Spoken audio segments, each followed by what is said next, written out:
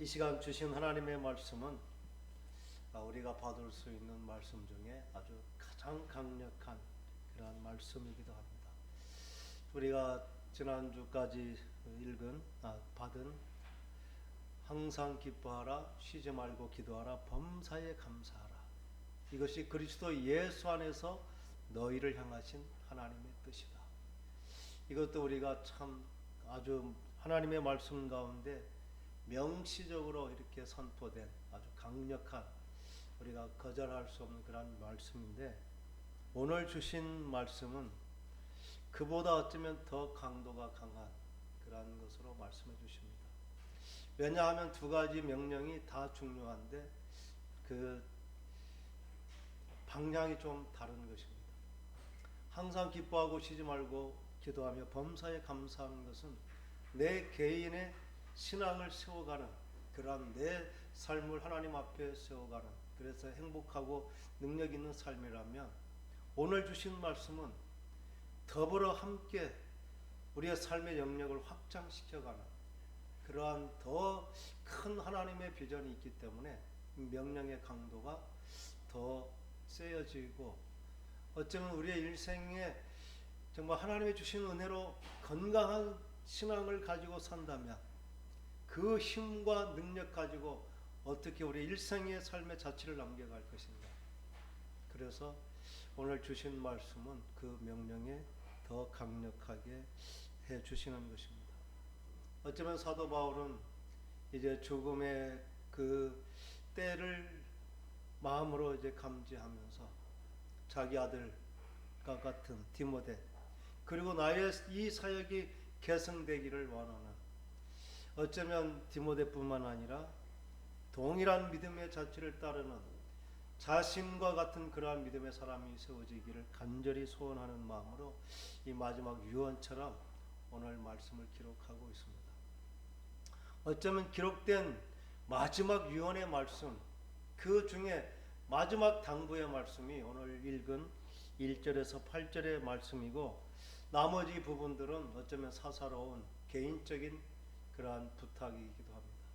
그래서 오늘 주신 말씀은 예수님의 마지막 지상 명령만큼이나 사도 바울이 그 명령을 받고 실행하면서 그러한 자신의 가장 중요한 그 삶의 핵심을 우리에게 전해 주시는 줄 믿습니다.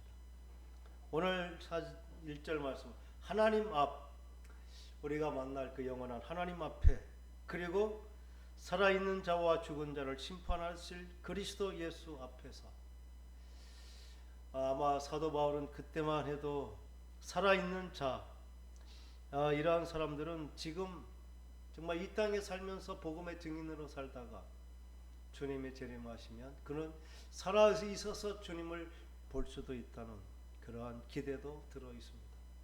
그래서 살아있는 자든 그리스도 안에 죽은 자든, 살아있는 자와 죽은 자를 심판하실 그리스도 예수 앞에서, 이 그리스도 예수 앞이라는 것이 바로 재림주로 이제 심판의 주로 오실 그 주님 앞에 서게 될 그때, 그 주님 앞에서 그때를 생각하고 또 그 날에 받을 그 일을 생각하면서 그가 나타나실 것, 그의 나라를 두고 엄히 명한다.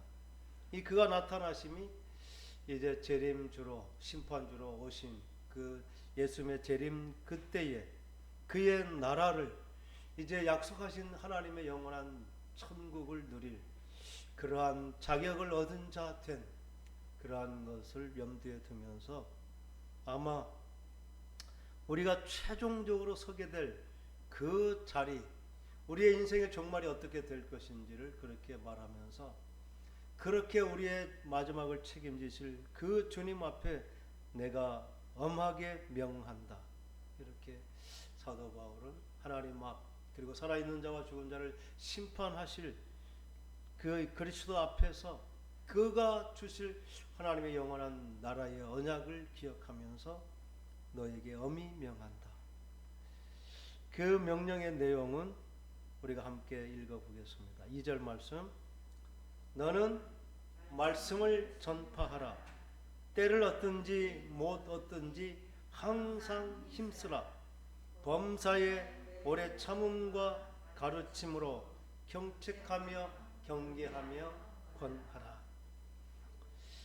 마지막 명령은 너는 말씀을 전파하라. 이 말씀이 바로 복음인 것입니다. 이 말씀 복음을 전하는 일에 생명을 다하라 이렇게 권면하는 것입니다. 그러면서 때를 얻든지 못 얻든지 내가 하고 싶은 때든지 정말 하기 싫어서 거절하고 싶은 그때도 너는 하라. 때라는 것이 시간이기도 하고 그 마음의 소원 또 하고 싶은 의지 이런 것과 상관없이 어느 때든지 말씀을 전파하는 그 일을 하라. 그러면서 때를 얻든지 못 얻든지 항상 힘쓰라 이렇게 전파하는 일에 힘쓰라. 구체적인 방법에 대해서 이제 범사에 오래 참음 가르침으로 전하라 이렇게 전합니다. 사도 바울은 이 복음을 전하는 일, 가르치는 일 이게 정말 오랜 기다림 그리고 인내가 요구되는 한 번에 되지 않는 그게 전제되는 것입니다. 복음이라는 것은 이렇게 계속 포기하지 않고 인내로 오래 참고 견디는 끝까지 붙잡는 이게 필수적으로 필요한 그러한 것임을 이 오래 참음 그래서 가르치라는 것이 구체적으로 경책하며 경계하며 권하라. 오래 참으면서 가르치라는 것은 전하라 선포하라 이란 의미인 것입니다. 그냥 어떤 지식을 가르치는 것이 아니라 와 닿도록 이해하도록 깨닫도록 이렇게 전파하라 선포하라 그게 이제 가르치라는 그 의미인데 어떻게 구체적으로 할 것이냐 경책하라 잘못된 것을 분명히 지적하여 깨달아 알게 하라 진리를 분명히 분별하게 하라 그리고 경계하라는 것은 그에 맞는 꾸지람 또 그런 책망 이런 것을 하면서 권하라. 그렇게 막 일방적으로 진리를 가르치고 정죄하고 판단하는 그런 것만 아니라 이제 권하라. 이게 그 가르침의 내용입니다. 경책하고 경계하며 권하라. 진리가 분명히 드러나게 하고 그것으로 인해서 정말 마음의 찔림이 오도록 복음은 그냥 들어도 좋고 말아도 좋은 게 아니라 분명히 복음 앞에 내가 죄인인 것 그리고 내가 죽을 수밖에 없다는 이 사실이 분명히 드러나게 하는 것 이게 복음의 핵심입니다. 그리고 권하라 그 사람이 거부하지 않고 들을 수 있는 그러한 최선의 방법을 다하라 이게 전도의 명령 가운데 있는 것입니다. 그래서 우리 복음 안에는 이 그 분명하게 하나님의 사랑과 계획 그리고 인간은 죽을 수밖에 없는 죄의 삭은 사망이라는 그 사망 선고가 있다는 분명한 내용이 드러나게 되는 것입니다.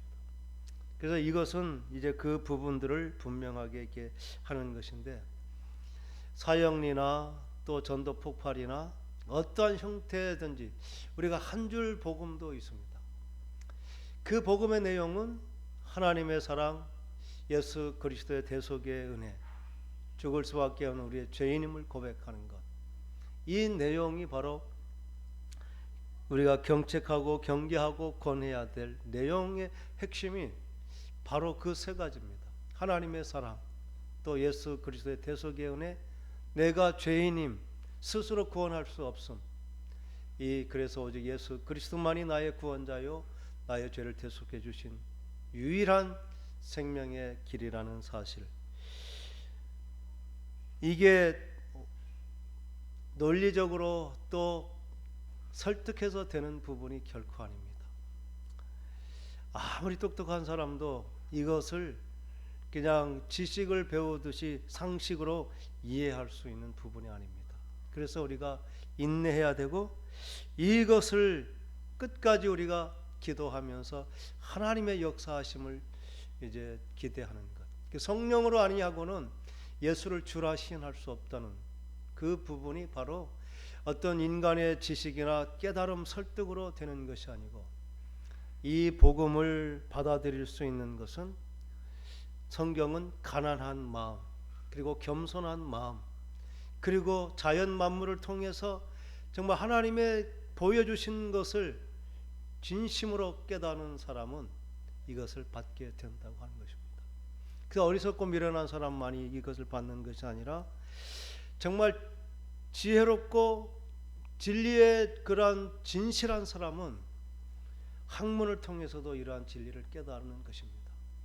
우리가 정말 문교부라고 할 수 있는 그 문체부 장관을 했던 이어령 교수님, 그분은 뭐 유학자로서 또 학문을 이제 진리를 따르는 사람으로서 복음에 대해서 거부감이 있었지만, 그가 구원자가 있어야 될 것, 그리고 진리에 대해서 탐구하면 탐구할수록 성경의 진리에 대해서 인정할 수밖에 없었다는, 그러나 자기가 그것을 정말 학자로서 고백할 수 없었다고 자기가 만난 하나님에 대해서 고백하면서 진리이신 예수 그리스도는 진리로도 증거되는데 사람들은 자기의 어떤 학문적인 그 자존심을 이제 내려놓지 못하고 인정하지 않는,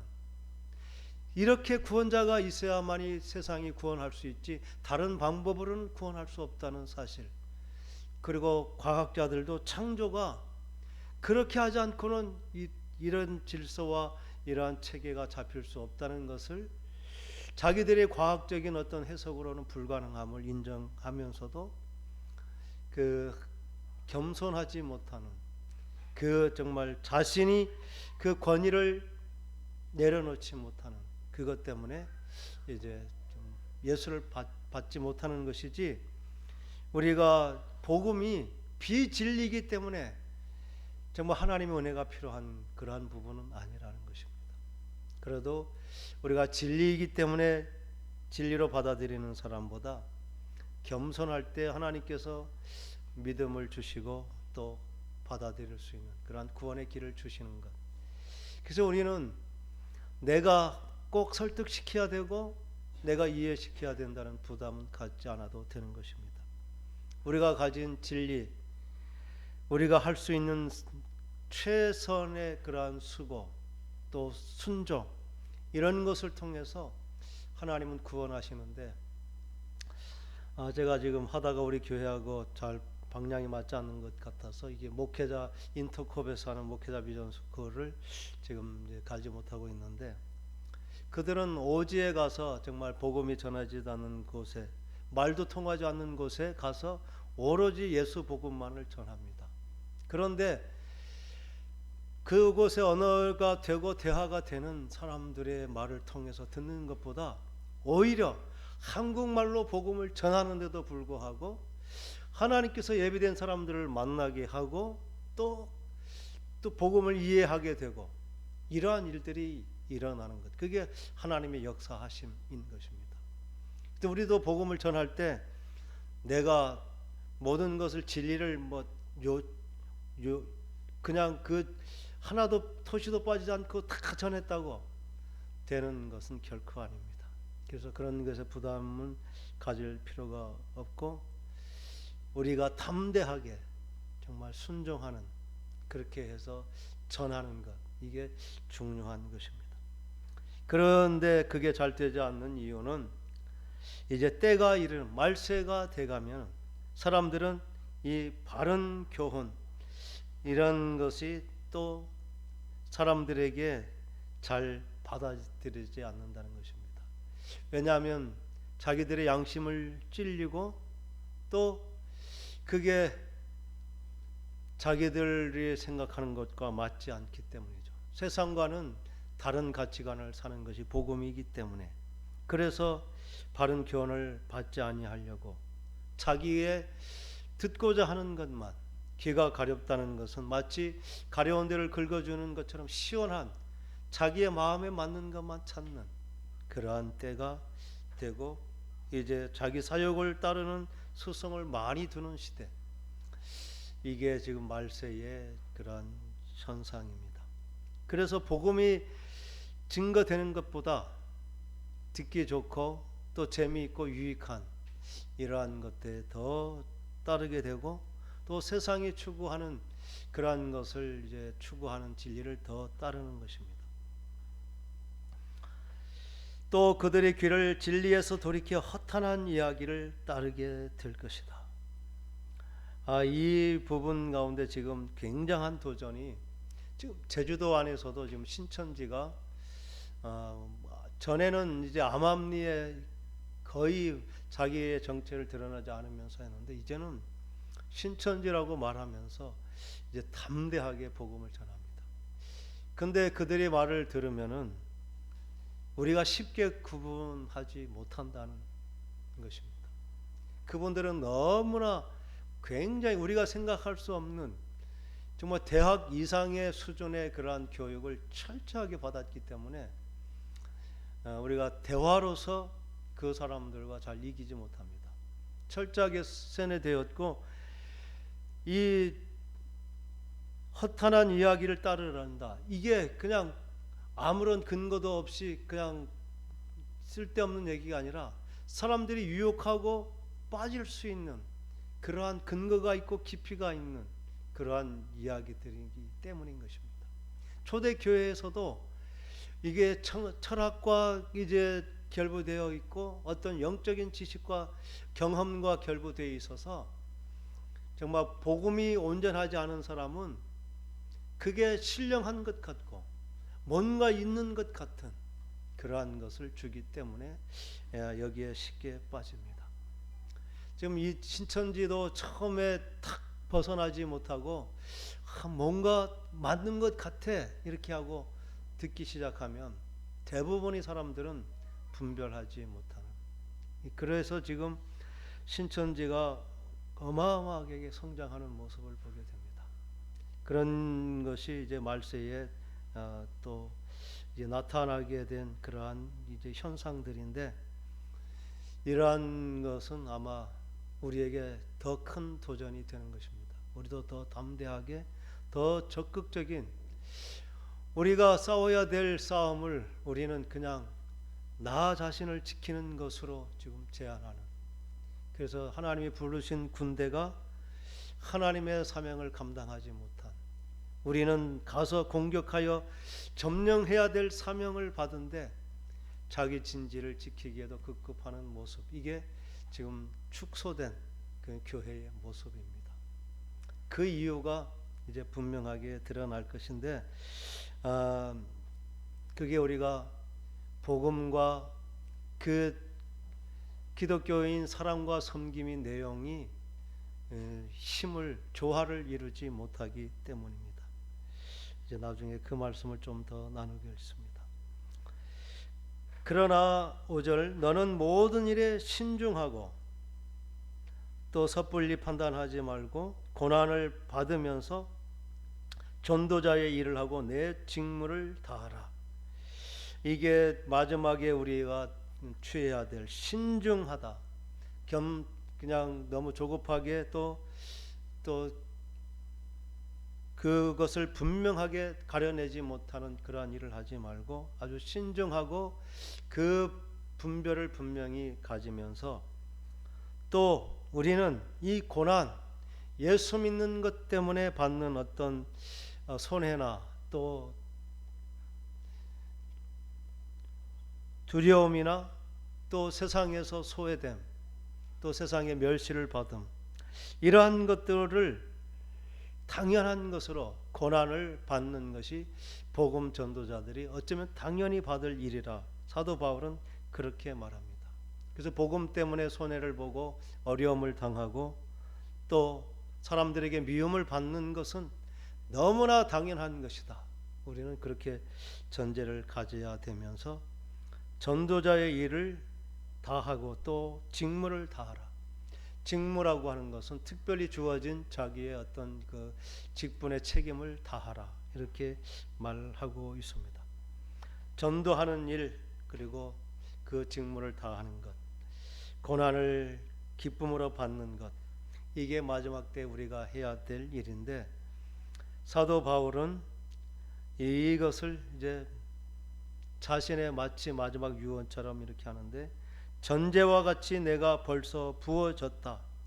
이 전제라는 것은 이제 하나님께 그 번제로 희생의 제물을 드릴 때 나무를 쌓고 불을 이제 붙이고 그 위에 각을 뜬 제물을 놓고 그 위에 제물 위에 마지막으로 이제 그 포도주를 붓는 것, 이게 전제인 것입니다. 그렇게 제물이 다 준비되고 마지막으로 이게 전제의 잔이 부어져서 이제 마지막 이제 태울 그러한 준비가 다 되었다. 이게 바로 희생의 어떤 제물처럼 사도 바울은 자기의 죽음이 이렇게 순교의 제물로 하나님께 드려질 그것을 예감하고, 나는 이제 순교의 제물로 마지막 전제가 부어지고 나의 죽음의 때가, 그 시각이 이제 가까이 오고 있다. 그렇게 자기의 죽음을 예견하는 것입니다. 그러면서 마지막 고백, 나는 선한 싸움을 싸우고 나의 달려갈 길을 마치고 믿음을 지켰다. 이렇게 고백할 수 있는 그런 삶을 살아야 될 것입니다. 이 고백은 처음 하는 것이 아니라 사도 바울은 사도행전 20장 24절에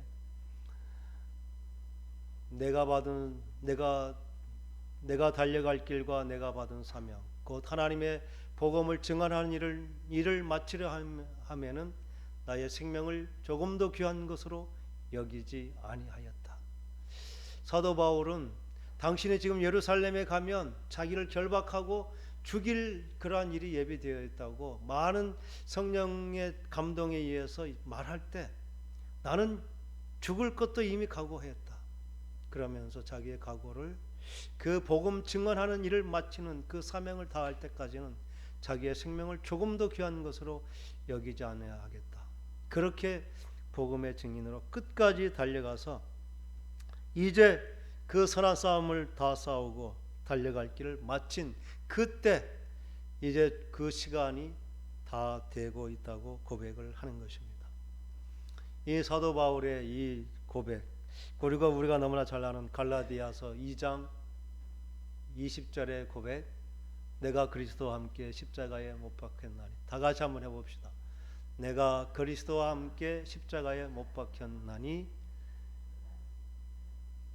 그런즉 이제 내가 사는 것이 아니요 내 안에 그리스도께서 사시는 것이라. 이제 내가 육체 가운데 사는 것은 나를 사랑하사 나를 위하여 자기 자신을 버리신 하나님의 아들을 믿는 믿음 안에서 사는 것이다. 예, 사도 바울의 고백. 오늘 또 디모데후서 4장에서 나는 선한 싸움을 싸우고 나의 달려갈 길을 마치고 믿음을 지켰다.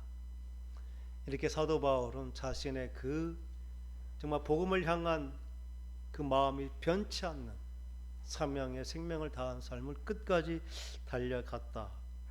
그러면서 이제 후로는 나를 위하여 의의 면류관이 예비되었으므로 주 곧 의로우신 재판장 되신 그분이 그 날에 내게 주실 것이며, 이것은 나에게뿐만 아니라 나와 같은 그러한 주의 나타나심을 사모하고 복음에 목숨을 걸고 사는 그 모든 사람들을 위해서도 그 의의 면류관이 예비되었다. 이렇게 고백하는 것입니다. 우리가 복음을 전하는 일에 우리의 삶을 드리는 것은 이 사도 바울의 그 마지막 간절한 고백, 나를 위해서 의의 면류관이 예비되었고 그날에 주님께서 내게 주실 것인데, 나에게만 아니라 나와 같은 믿음의 길을 가는 그 주의 나타나심을 사모하는 그 모든 자들, 그 모든 자 중에 저와 여러분이 서 있는 줄 믿습니다. 그러한 고백으로 오늘 맞는 말씀을 받는 것입니다. 그런데 우리가 어떻게 이 복음의 증인으로 그렇게 쓰임 받을 수 있을지, 우리는 복음과 율법, 이 두 가지가 마치 배치되는 것처럼 구약은 율법이고 신약은 복음이다, 이렇게 해서 이 힘을 내지 못하는 것입니다. 구약은 율법이지만 그 중심에는 사랑이 있었던 것입니다. 사랑과 섬김이 그 율법의 중심이었는데 유대인들은 그 율법의 테두리는 철저하게 지켰지만 그 율법을 지탱하고 정말 율법을 힘있게 하는 생명의 근원인 사랑을 그들은 포기해버린 것이죠. 보지 못한 것이죠. 사랑이 없는 율법을 행함으로 유대인들은 철저하게 율법을 지켰지만 그 하나님의 선한 영향력을 발휘하지 못하는, 자기는 잘 살고 지킨 복을 받지만 다른 사람에게는 영향을 주지 못하는 것입니다. 그런데 신약은 이 구조가 반대로 되어 있습니다. 그 중심에 있던 사랑과 섬김이 밖으로 드러난 것입니다. 복음은 사랑과 섬김입니다. 그런데 이 사랑과 섬김, 복음의 증인이 되기 위한 그 힘은 어디서 나오느냐? 율법은 겉에 있었지만 율법의 그 틀 안에 사랑이 담겨 있는 것처럼 우리는 지금 그 사랑과 섬김의 틀 안에 이것을 힘있게 하는 것이 하나님의 계명과 하나님의 말씀, 율법을 지키는, 그래서 우리의 의로운 삶이 말씀 앞에 거룩하게 세워진 이 삶이 그 삶, 사랑과 섬김의 능력이 되는 것입니다. 그래서 우리가 의롭게 된다는 것이 그냥 지식으로만 예수 그리스도의 사랑을 받았고 그것을 인정하고 그러한 정말 칭의로서 의롭다함 받았다, 거기까지는 껍데기일 뿐이죠. 그게 정말 힘을 발휘하고 능력 있게 하기 위해서는 하나님의 말씀이 우리의 중심 가운데, 십계명이 철저하게 우리의 삶 가운데 들어와야 되는 것입니다. 제가 지금 우리 목성년이라고 하는 우리 그 장로교는 그래도 건전한 말씀의 그런 신학이 잡혀 있는 곳입니다. 그리고 목성년이라고 목회자 성경 연구원이라고 하는 그 기관에서 하나님의 말씀을 아주 정말 입체적으로 정말 깊이 있게 잘 이제 가르친 그것을 저희들이 배웠습니다. 그런데 우리가 하려고 하는 그 모세 오경을 통해서 그게 실체가 분명하게 알아지는 것이죠. 왜 우리가 복음으로 살면서도 복음의 능력을 발휘하지 못하는지. 그 복음의 능력을 발휘했던 아브라함은 그 속과 실체가 다 들어있었기 때문에 그렇게 힘 있는 삶을 살 수 있었던 것이죠. 레위기를 통해서 이 복음이 어떻게 율법이 복음이 됐는지 그 핵심의 내용이 바로 율법 안에는 그 중심은 사랑이었고 그 섬김이 율법을 이끌어가는 가장 핵심이었다는 사실이 율법 안에 들어있는 것입니다. 근데 복음은 겉으로는 예수 그리스도가 보여주신 것은 사랑이고 섬김이고 나눔이었고 자기를 내려놓음이었는데 그것으로만이 힘이 없는 것입니다. 우리가 그렇게 사랑하고 섬기고 아낌없이 내어줄지라도 우리의 삶이 하나님의 말씀 앞에 철저하게, 우리는 전에는 율법이 구원받는 어떤 방법으로 어떤 자격으로 조건으로 율법을 지켰을 때는 그것은 유익하지 않지만 구원받은 우리가 어떻게 하나님의 그 믿음의 사람으로 살 것인지, 당연히 우리가 살아야 될 그러한 의의 기준이 무엇인지, 내가 어떻게 힘 있는 그리스도의 복음의 증인으로 살 것인지, 그 힘은 어디서 오는지, 그렇게 질문할 때 대답은 하나님의 율법, 하나님의 계명이 우리 가운데 생생하게 살아있고 그게 내 삶의 기준이 될 때 우리의 복음은 의롭다 칭함을 받은 그 의가 무엇인지, 그게 구체적으로 우리 삶으로 살아낸 하나님 앞에 검증된 의로운 삶,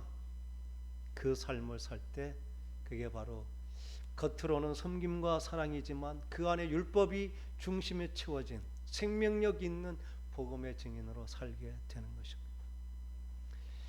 이 부분이 좀 애매하기 때문에 자칫 그냥 율법주의다, 이렇게 볼 수 있는 면이 있지만 그 분별이 분명할 때 비로소 우리는 힘있고 건강한 믿음의 삶을 살 수 있는 것입니다.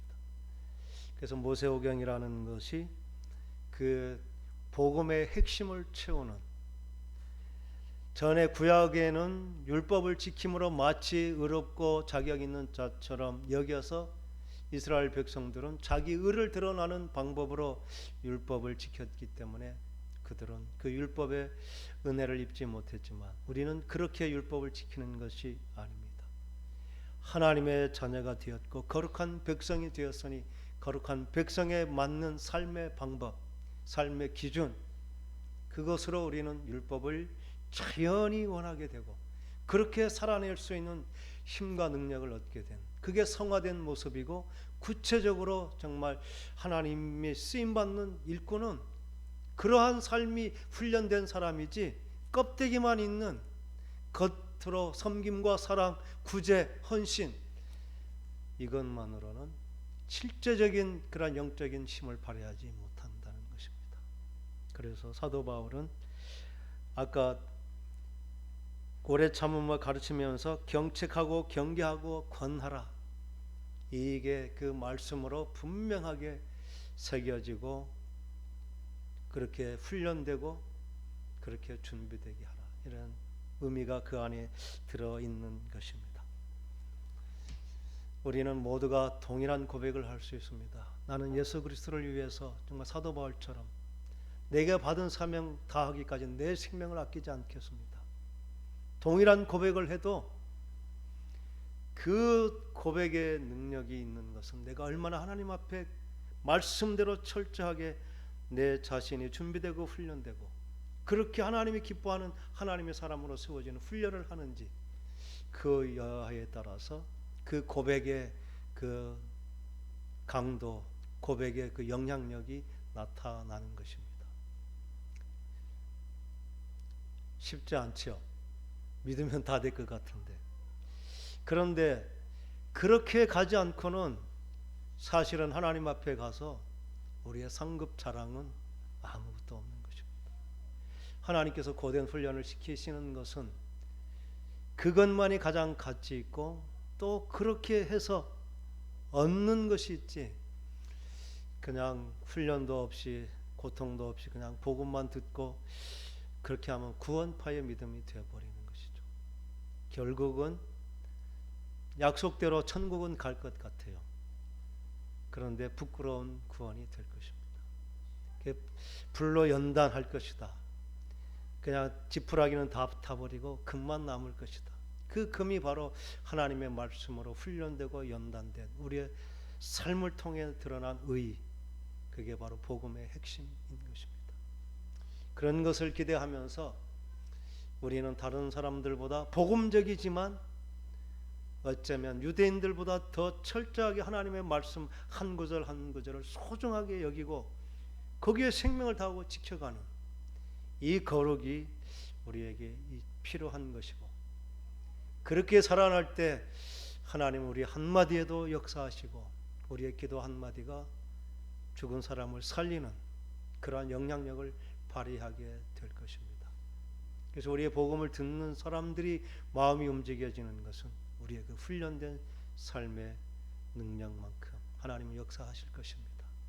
그러한 기대를 가지고 하나님께서 우리를 훈련하실 때 우리가 할 것은 철저하게 나의 의지를 하나님께 나에드리고 순종하고 생명을 다하여 그 길을 달려가는 것, 그게 우리가 이제 해야 될 일이고, 또 그게 우리 훈련받는 하나님께서 가장 최선의 길입니다.